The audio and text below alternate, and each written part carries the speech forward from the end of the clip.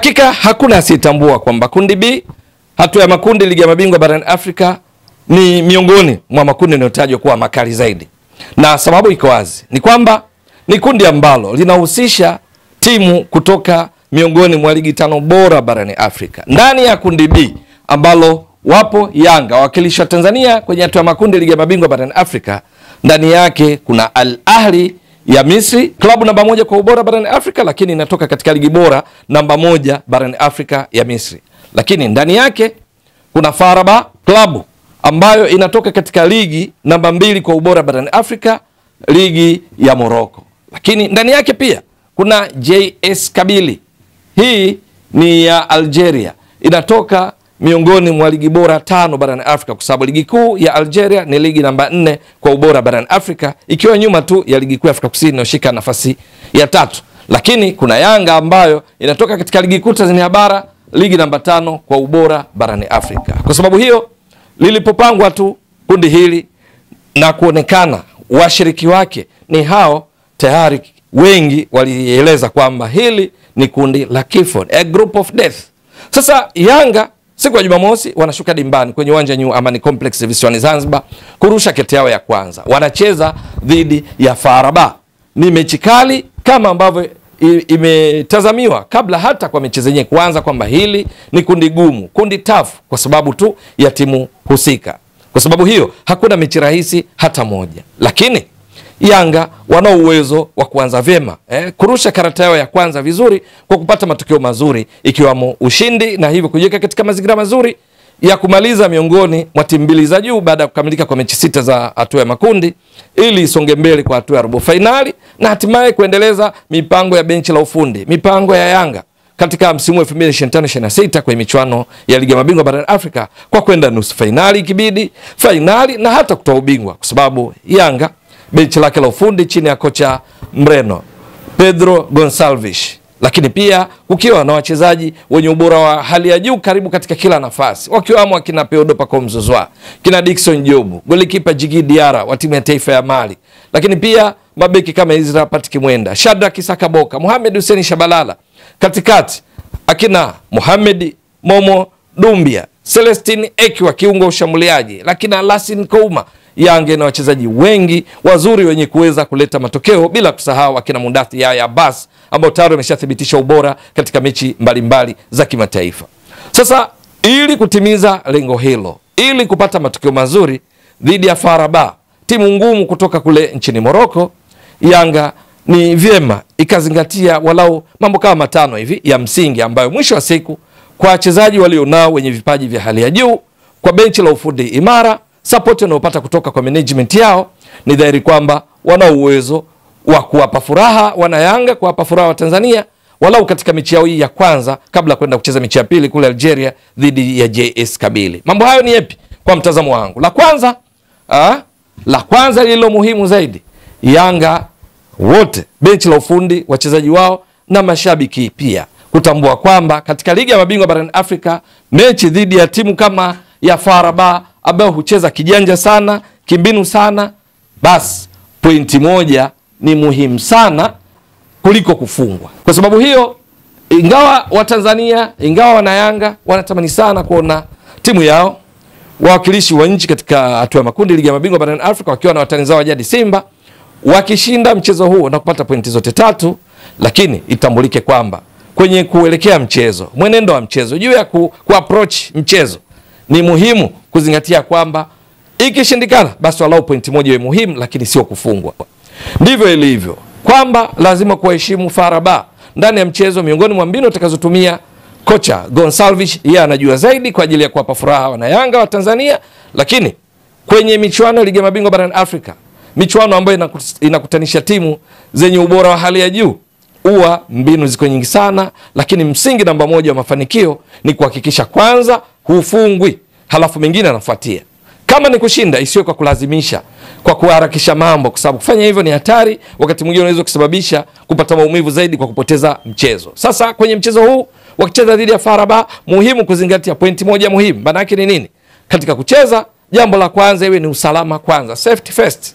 Halafu kwenye kufunga, kwa kunafanyika mahesabu ya namna kwenda kufunga, kwa sababu Yanga ina wachezaji wenye uwezo wa kuleta furaha hiyo, kina Pedro Paco Mzozwa, kina Ende Bobo Boyeli kule mbele na wengineo wanao uwezo wa kufanya hivyo, lakini isiwe kwa kulazimisha. Kulazimisha na maanisha nini? Kwamba wachezaji wote kwa kiasi kikubwa wawe katika nusu ya pili ya uwanja, wakiacha wachezaji wao wachache wakiwa mabeki wa kati, eneo la katikati, kwa sababu kwa kufanya hivyo wataingia kwenye mfumo wa FAR Rabat. Imethibitika katika msimu uliopita wakicheza ugenini katika mechi wanazoziona kwamba ni ngumu, wao huzuia zaidi, halafu kuacha wachezaji wachache mbele ili washambulie kwa kushtukiza. Wakipata bao moja, mabao mawili yatosha. Nyinyi mnahangaika, mechi inaisha, mnaishia kwamba mmeupiga mwingi, mmemiliki sana mpira, lakini mnaishia kufungwa. Walifanya hivyo msimu uliopita. Katika kundi lao walikuwa na Mamelodi Sundowns ya Afrika Kusini, walikuwa na Raja Casablanca ya kwao kule Morocco, walikuwa vile vile na AS Maniema ya Jamhuri ya Kidemokrasia ya Kongo. FAR Rabat mechi 6 msimu uliopita za hatua ya makundi ligi ya mabingwa barani Afrika walishinda 2 tu kwa sababu ya kucheza kiujanja janja. Sare walitoa 4, hawakupoteza mchezo. Kwa hiyo msingi wa mafanikio yao ilikuwa ni kutofungwa, kwa sababu walishinda tu mechi 2, sare 4, mwisho wa siku wakapata pointi 10, wakaongoza kundi wakifunga mabao 8, wakiruhusu 4, wakaenda robo finali ambao walikuja kutolewa na Pyramids. Kwenye cheza yao kwa mfano mechi dhidi ya Mamelodi Sundowns ya Afrika Kusini zote 2 hawakujihusisha katika umiliki wa mpira. Mechi ya kwanza walitoka sare ya 1-1, mechi ya pili walitoka sare ya 1-1. Katika mechi waliocheza kule Afrika Kusini, Mamelodi walimiliki mpira kwa 69%, lakini mechi ambayo mwisho siku ilisha kwa sare ya 1-1. Mamelodi wakipiga mashuti 5 ya kulenga shabaha, wao mechi nzima wakipiga shuti 1 ya kulenga shabaha dakika 83, na ndio bao pekee mechi kaisha 1-1. Lakini walipocheza dhidi ya Raja Casablanca katika mechi moja wapo walimiliki mpira 60%, wao walimiliki 40%, lakini mechi ambayo FAR Rabat walishinda 2-0 tena ugenini wala sio nyumbani. Ndio mechi ambazo mwisho wa siku zikawafanya wasipoteze mchezo, wakafuzu kwa hatua robo finali. Watapokwenda kucheza dhidi ya Yanga, wanajua Yanga wako vizuri, tena wanacheza nyumbani, tena makocha wanafahamiana wote wa Reno. Kocha Alexander Santos wa FAR Rabat dhidi ya Pedro Gonçalves Mreno mwenzake anayefundisha Yanga, maana yake watacheza kijanja sana. Kuna nyakati watataka kuiachia Yanga imiliki zaidi mpira, ikiwa ni mtego wao washambulie kwa kushtukiza, halafu waidhuru kwa counter kupitia kwa kiungo wao ambaye kwenye kushambulia anakuwa mkali sana, nahodha Mohamed Rabi Herimat, lakini kwa kiungo wao ushambuliaji kutokea pembeni Yusuf El Fahli. Sasa Yanga lazima wazingatie hilo kwamba ni bora kupata hata pointi 1, ushindi ni muhimu na ndicho tunachokihitaji wa Tanzania, lakini kupoteza ndio kitu kibaya zaidi. Walau waamulie pointi 1 ikibidi, lakini sio kupoteza. Jambo la pili muhimu ni work rate. Ndio, work rate inayoambatana tunasema na commitment, kuwe na total commitment, kujituma mwanzo mwisho. Kukiwa na mapambano ya kuania mpira, basi mipira ile 50 kwa 50 Yanga wajitahidi wao ndio wawe juu muda wote.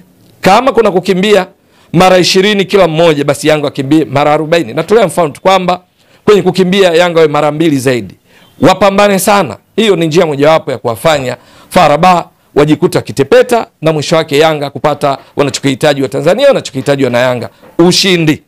Lakini jambo la tatu, teamwork.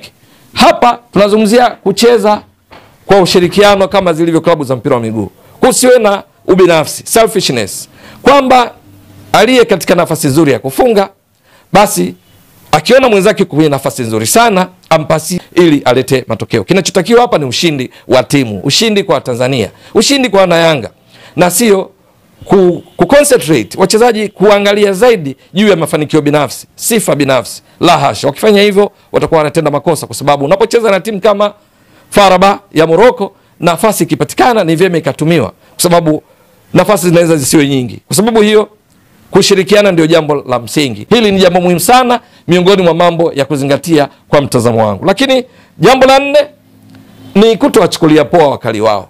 Ndio, wale star players, naamini benchi la ufundi na wachezaji wenyewe watajua namna gani ya kudhibiti makali yao ili wasiharibu mipango ya Yanga katika kuwapa Watanzania furaha, kuwapa wana Yanga furaha. Star players hapa tunazungumzia kwa mfano Mohamed Rabi Herimat, tumekuwa tukimtajia sana, huyu amekuwa na madhara makubwa. Lakini pia kuna Yusuf El Fahli, amekuwa na madhara makubwa kwa wapinzani wa FAR Rabat. Kwenye ligi kuu ya Morocco hivi sasa wao wako nafasi ya pili, wamecheza mechi 8, wana pointi 18, wamefunga mabao 14, wameruhusu bao 1. Katika mabao 14, mabao 11 yamechangiwa na hao wawili. Mohamed Rabi Hirmat, nahodha mgongoni namba 34 katika timu yake ya taifa, katika klabu yake ya FAR Rabat, amefunga mabao 5, assist 1. Yusuf El Fahli, kiungo ushambuliaji kutokea pembeni, amefunga mabao 4, assist 1. Kwa hiyo wamechangia mabao 11 kati ya mabao 14, sawa na kusema 79% ya mabao yote ya FAR Rabat katika ligi kuu ya Morocco wamehusika wachezaji hao wawili. Sasa hawa sio kuwachukulia poa.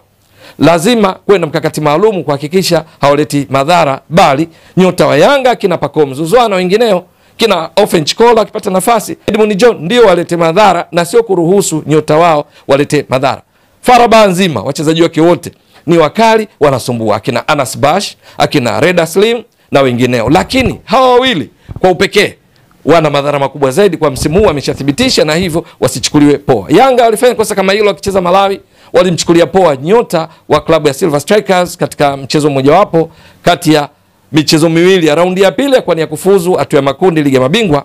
Kule nyota wao ni Uchizi Vunga, mchezaji kiungo bora katika ligi kuu ya Malawi, ambaye katika ligi kuu ya Malawi Silver Strikers wakitoa ubingwa, yeye alifunga mabao 4 akitoa assist 10. Mgongoni nambari 22. Yanga inaelekea kwenye mchezo wa kwanza kule Malawi, walimchukulia poa. Hakukuwa na mkakati wa kudhibiti makali yake. Matokeo yake Yanga walipoteza bao 1-0, lilipikwa na yeye Uchizi Vunga. Mipira yao, cheza yao inakuwa direct. Ndio. Pasi za pembeni, kushoto, nyuma, visigino zisiwe sehemu ya mipango mikuu ya timu, bali kuwa moja kwa moja. Lakini pia kuhakikisha kwamba maamuzi yanafanyika kwa uwepesi badala kucomplicate, kufanya mambo yawe magumu, pengine kwa kufata shinikizo la mashabiki wanaopenda soka zuri, soka sambusa, soka biriani. Mechi dhidi ya FAR Rabat, mambo hayo yanaweza akawa kitu cha pili na sio kitu cha kwanza. Ushindi kwanza, kuadhuru, halafu mambo mengine ndio yafuatie. Lakini jambo la mwisho la msingi la kuongezea ni juu ya mashabiki. Hapa ni eneo muhimu sana. Mashabiki ni mchezaji wa 12. Ni muhimu sana katika kuwa support, kuwaunga mkono, kuhamasisha wachezaji wa timu mwenyeji kupata matokeo. New Amaan Complex inatarajiwa kujaa pasibaki nafasi hata moja kwenye majukwaa. Mashabiki lazima wajitokeze kwa wingi sana. Lakini sio tu kujitokeza, wapo uwanjani, washangilie mwanzo mwisho, na hata pale wanapokuwa kwenye nyakati ngumu wasiwache wachezaji na kuwa wapole. Hii ni mechi ya ligi ya mabingwa barani Afrika hatua ya makundi, ni mechi inahusisha Yanga dhidi ya FAR Rabat.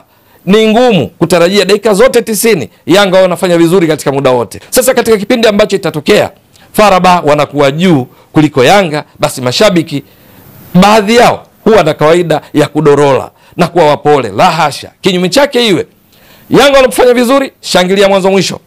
FAR Rabat wanapokuwa juu, zomea ikibidi, ili kujaribu kutekeleza wajibu wenu kama mashabiki, kuwaathiri wapinzani katika kutekeleza mipango kazi ya kocha wao Alexander Santos. Kwa kufanya hivyo, watakuwa wametimiza wajibu muhimu wa kuiwezesha timu kupata matokeo chanya na hatimaye wana Yanga kufurahi, wa Tanzania kufurahi. Haya ni mambo ambayo naamini yakifanyika kwa usahihi, Yanga nafasi zitakazopatikana wakitumia kwa usahihi, upo uwezekano wa kupata pointi 3 muhimu katika kundi lao, lakini muhimu zaidi isifungwe, isipoteze, ili mwisho wa siku ianze vyema na kuhakikisha hesabu zake inafanikiwa kuwa miongoni mwa timu mbili za juu na kwenda robo finali ligi ya mabingwa barani Afrika. Je, itakuwa vipi?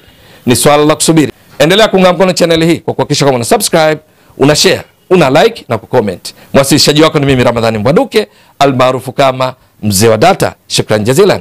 Bye bye.